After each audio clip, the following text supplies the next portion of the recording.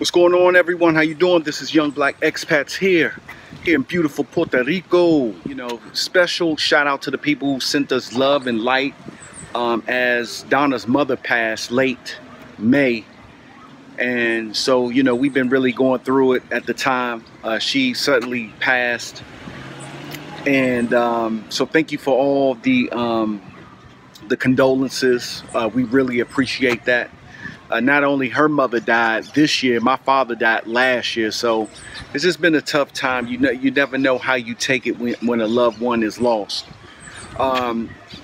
Being said that, I just wanted to, today, it was very interesting that I had an email with a brother, man. Good shout out to him. And he's a middle-aged man, around 55. And his question was, YBE, do you need to know Spanish? He's a 55, retired, has a pension. He's looking to move. You know, he was looking at Costa Rica. He saw our videos. He wants to move to Colombia, Medellin, Colombia. And you know, he asks if you need to learn Spanish. So in his case, he's looking for companionship. Got in contact on the dating sites and you know, met some Colombian women.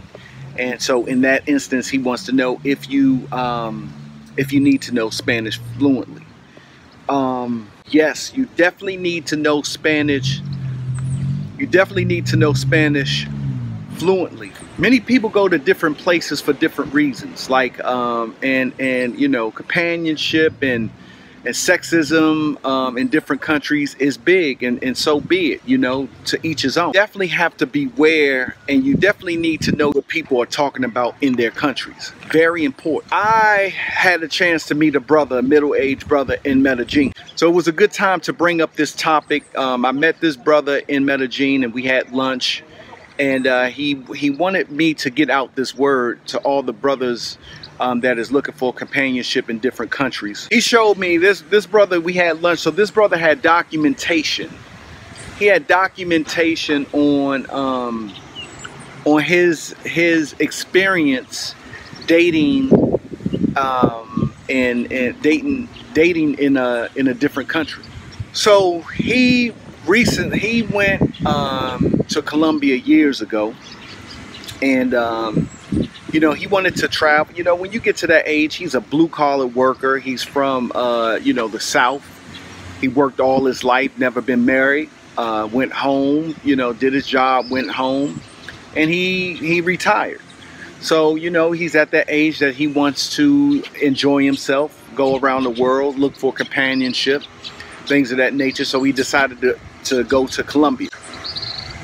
So he went to Buenaventura, and that's a place in Colombia, mostly melanated people. And when he went there, you know, they have some type of dating place in Buenaventura that you go to, and it's like a auction. It's like you go and you see all these women, and they're like, you know, it's like an auction dating place. So he went there, and you know, he went there with a friend, and you know, he wasn't really feeling that, he said, but he ran into a young lady that worked at the hotel that he was in. She was at the front desk, and they began dating. At that time, his mother died. So, you know, sometimes we make, different people make different decisions, you know, based on the time. He looked for companionship, and she was there, and they talked and things of that nature. And what happened was they began to get serious. And within 6 months, they wanted to get married. He was helping her to get her Social Security so she could get her passport and they can go to the United States. So he got married. Now I asked him these questions, you know what I mean? I played the angel's advocate. I was like, well, you know, don't you think that was kind of fast, getting married? And, you know, his companion was a lot younger than him as well. So in my mind, people have agendas, you know what I mean? So he said everything was going well. He got her Social Security card, and they got to the States, and he said that things went south from there. Like when she first got there, she went to a lawyer. He said out of the blue, you know, without you know, he's working at the time, but she went ahead and went to a lawyer to find out some things, you know, and he said that was weird. And then she was looking on different places, you know, wanted to find local Colombians, women that were married to American men. So that was weird too, as far as it's not really weird, you know, but it was like a red flag. He just couldn't figure it out. You know, when she got there, they start arguing. She met up with a fellow. She met up with a woman that was living there, that was from Colombia, and she was married to an African American male there. And so she was giving the girl game. She'll start picking fights with him, start to argue with him. And he didn't understand, like, what's going on, like trying to pick a fight, trying to start something. The good thing that he said was that he had a prenup already, you know what I mean? And he already had a prenup, and you know, in the bank account, he didn't have too much in his normal bank account. You know, he had it spread abroad. And they got into an argument. And she went and called the police and got a restraining order on him. And he said that, you know, that was the last straw. He never been to jail. Like, they arrested him and put him in jail. So what she did was, after that, she went to the, I don't know, the office. I don't know what type of immigration office or some type of, she went to an office, and it's a form. He had all these documentations. There's a form that that people get.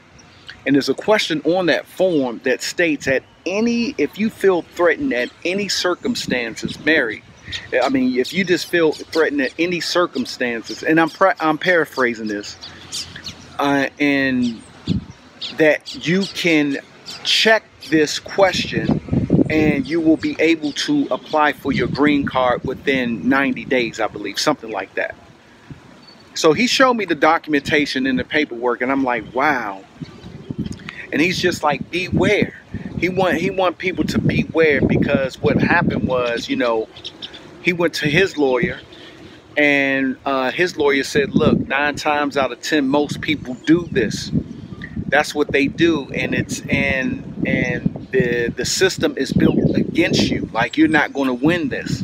Like, if they feel it's like a flaw in the system, he wanted people to beware of that. And also, you know, you dating in these different countries, you got to know they have a different mentality. You know, they look for the come up. You know what I mean? They and what's so cunning about it is, they look good. They're going to treat you like a king or a queen. They're going to say anything to make you feel comfortable. They're going to clean. They're going to cook for you. They're going to satisfy you sexually. But all along, they are planning to do something. So you got to understand these countries. And, you know, you think that you're going to go to a different country and get a beautiful young woman, a beautiful young companion. And you think it, like, everybody is out to play and get what they can get.